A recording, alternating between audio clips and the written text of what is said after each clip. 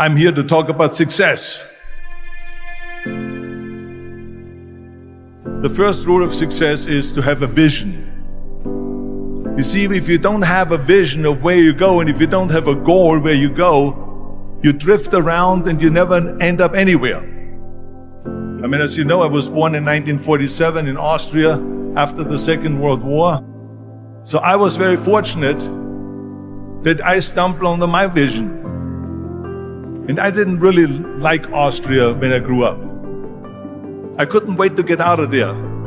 I couldn't see myself becoming a farmer or a worker in a factory or anything like that.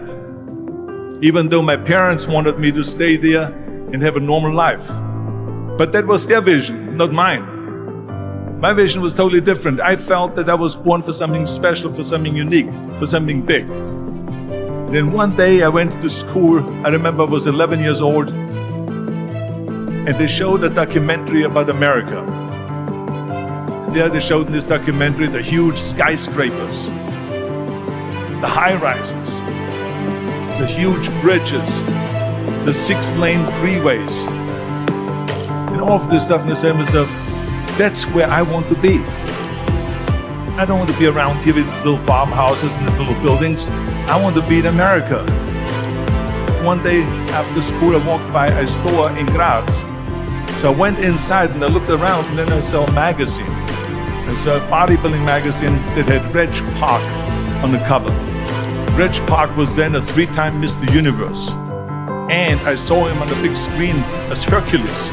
I read that and I said to myself, wow, this is the blueprint for my life. This is exactly what I want to do.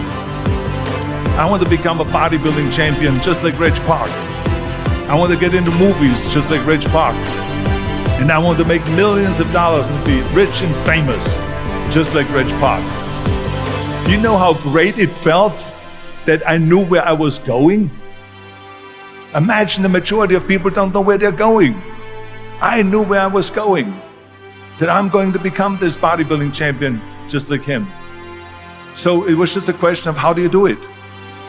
I was so relieved, because when you have a goal, when you have a vision, everything becomes easy. So people always ask me, when they saw me in the gym in the pumping iron days, they say, why is it that you're working out so hard? 5 hours a day, 6 hours a day, and you have always a smile on your face. And I told people all the time, I said, because to me, I'm shooting for a goal. In front of me is the Mr. Universe title. So every rep that I do gets me closer to accomplishing that goal, to make this goal, this vision turn into reality. Every single set that I do, every repetition, every weight that I lift will get me a step closer to turn this goal into reality. So I couldn't wait to do another 500-pound squat. I couldn't wait to do another 500-pound bench press. I couldn't wait to do another 2,000 reps of sit-ups. I couldn't wait for the next exercise. At the age of 20, I went to London and I won the Mr. Universe contest as the youngest Mr. Universe ever. And it was because I had a goal. So let me tell you something, visualizing your goal and going after it makes it fun. You got to have a purpose no matter what you do in life. You got to have a purpose. 74% hate their job in America. Now, this is not much different when you come to Europe. The majority of people don't like what they're doing, because they're really not doing it because they didn't have a goal and they followed this goal. They just aimlessly drift around, and then all of a sudden there's a job opening, so they get that job because you have to work. But then when you work, it's a chore. It's work. It's not fun. So if you think about, only a quarter of the people really enjoy what they're doing in life. That is unbelievable if you think about it. So I felt so blessed that I knew what I was doing. It's like a medical student that studies and knows he wants to become a doctor. You know where to go. And the same thing is also in politics. I remember that in politics, I had a very clear vision that I will be the leader of California.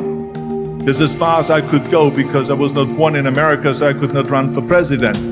So being the governor of the fifth largest state, the largest state, the fifth largest economy in the world, was for me really the ultimate title, the ultimate accomplishment in politics. So even though people came up to me and says, why don't you go and run for something smaller, you're never gonna make it. I ran for governor, and then 2 months later I became governor of the state of California. Again, because I had a very clear vision what I'm gonna do with California. So that's rule number one, have a vision.